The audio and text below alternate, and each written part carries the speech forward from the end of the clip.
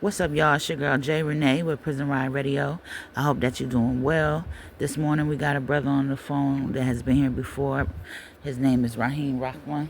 We're gonna talk to him about some of the things that he got going on. He got a petition that's circulating, and he also has a T-shirt line that'll help give him some support. So let's jump right into it. All right, bro, you there? Yeah, I'm here. How you All right, doing?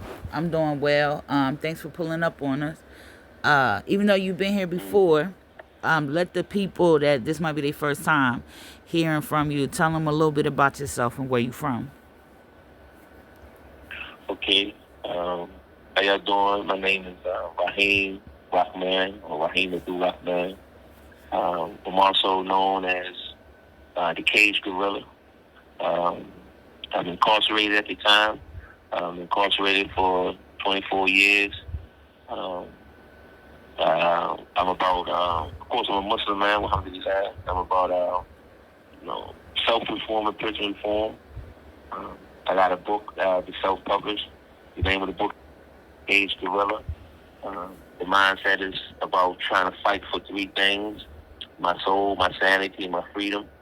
And I'm trying to expose the flaws within inside of the criminal justice system, the flaws and the flaws within inside of ourselves, and the need for change. Um, I also have a podcast, The Cage Guerrilla. You can listen to that on iHeartRadio, or you can go to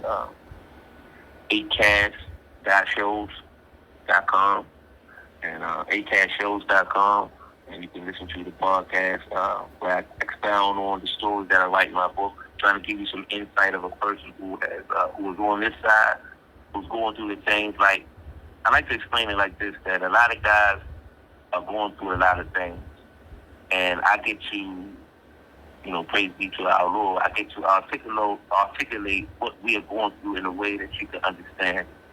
So that way you can see that we're human beings going through struggles like everyone else. And Okay. pretty much that's it. Pretty much, yeah. All right, but so, excuse me.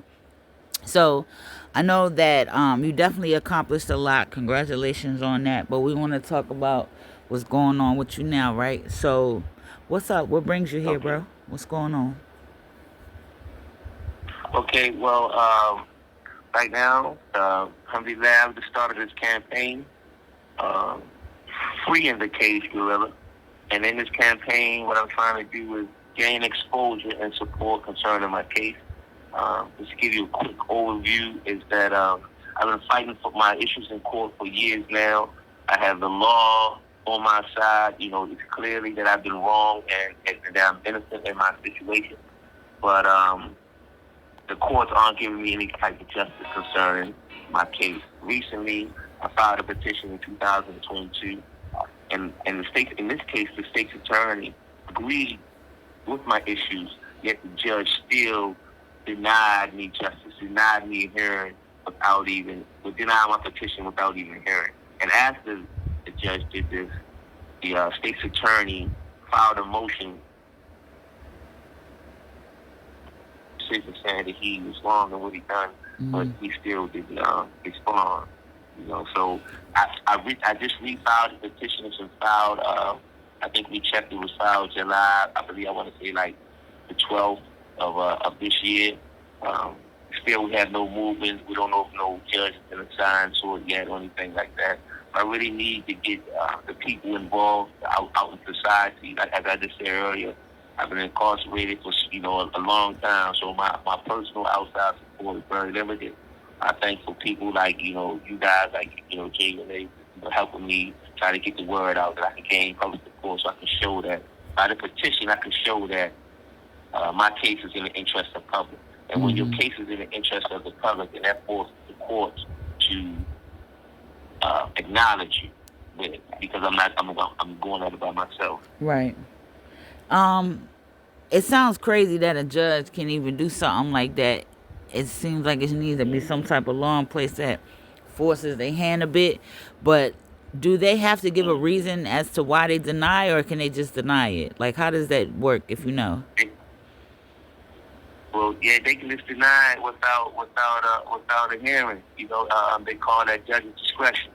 Um, and that's what happened in my case. Every time I've been going up, I mean, since my bit, since the whole time I've been incarcerated, every time I file a petition, they always get denied without a hearing, except for the time I went to Baltimore County. And that's what I talk about. If you read my story, which I hope that everyone reads my story, so you can get an idea of what goes on inside the criminal justice system. Because it's to say real fast, my case is not an anomaly. No, my case is not something like a one-off. No, this is something that many men are going through the same situation that I'm going through.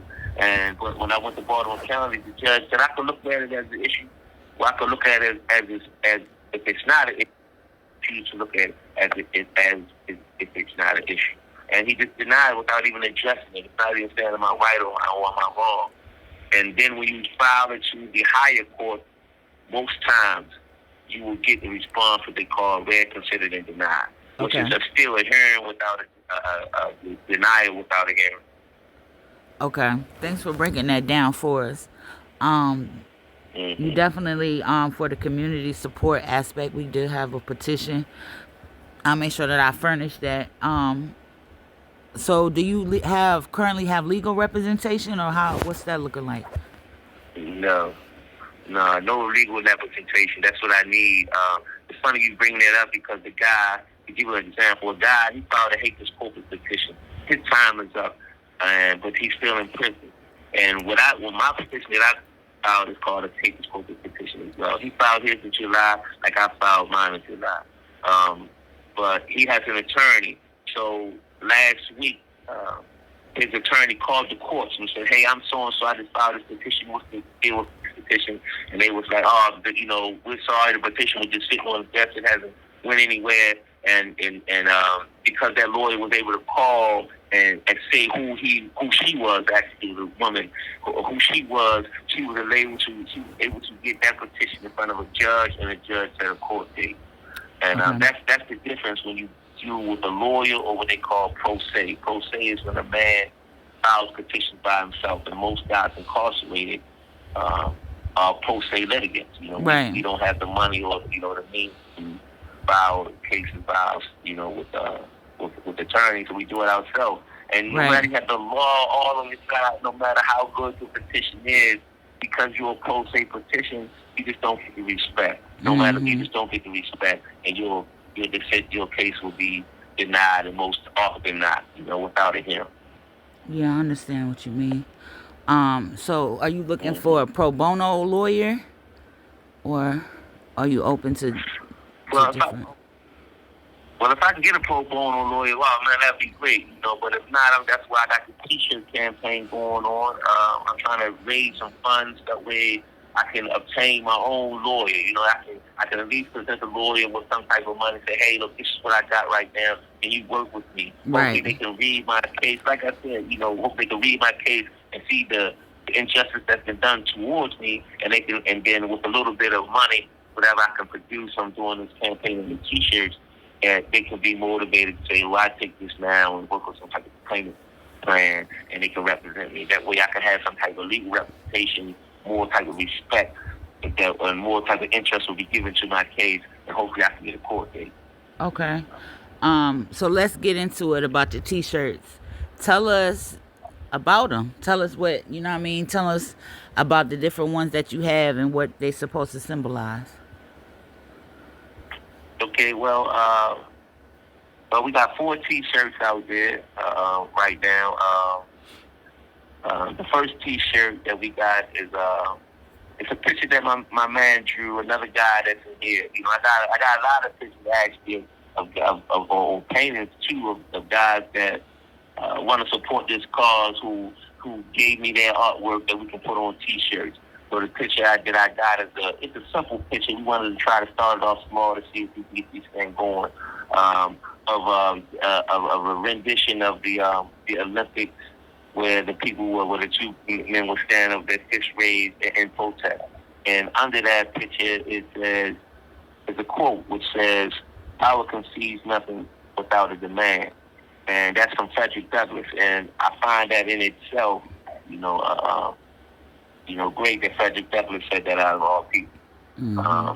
hopefully I can expound on that a little bit more later. Then another T-shirt that we got is "Free Me," and then under "Free Me" it says life struggles, heartaches, prison and pain, pandemic, poverty, ignorance, and the mentally insane, which I think is a beautifully put together T-shirt. But those lines come from a poem that I had written. And so that applies to, I feel though that T-shirt can apply to everyone else, which is hopefully another T-shirt I can get into talking about the reasons behind it.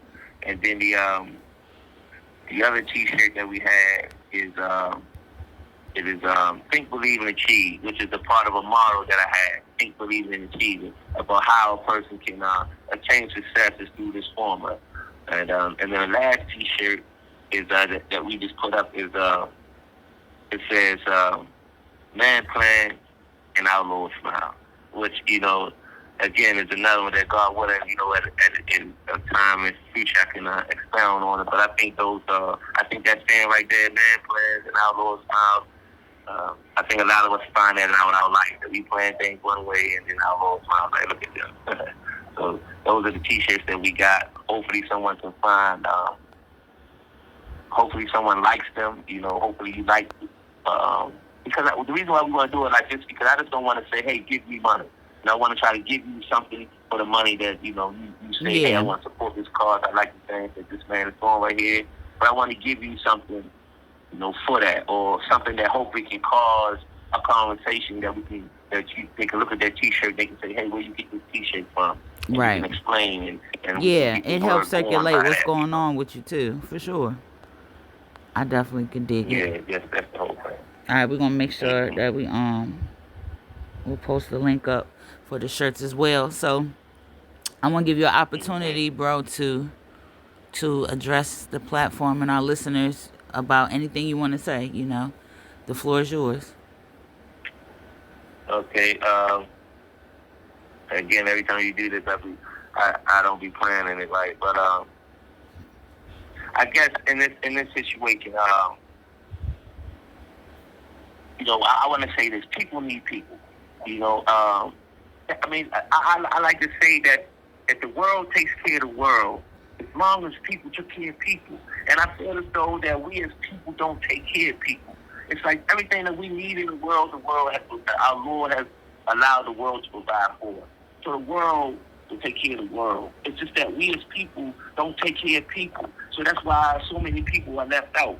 And if we change that mentality, or that mindset, that we stop being so selfish or so engrossed in what we're doing that we feel that we have no time for no one else. I was thinking about, like I said, I'm a Muslim, and I was going to address my Muslim community concerning the same thing, because even within our brotherhood inside of this prison, everyone is so engrossed in what they're doing. And if we realize that we all work together, we can get so much more accomplished. And each one of us got a bag. This is how I was explaining it to them. Each one of us got a bag. And if we communicated with each other and told each other what we think that we were trying to do, you would find that someone that you're communicating with has what you need in their bag. Mm-hmm. And if someone talks to you and has communication with you, you'll find out that what you have in your bag that you're not using can be something that someone else can use. Like, dang, I got that in my bag. You can use that. And if we all had good communication, and if we all had good solidarity with one another, there's so many things that we can accomplish. I was just looking at this. I was watching this master class on the channel. They got master class. I was looking at this master class concerning the Black history, and I got a chance to listen to Marcus Garvey talk about his struggles of trying to uplift the Black people during his time. And he said for 500 years the problem with Black people is that we disunited, that we're not united. And that's the problem with us, that we just don't, we're not united. It's like we don't have no idea of who we are or what we should be trying to strive for. And we can't take the time out to help one another out. The problem with us is us.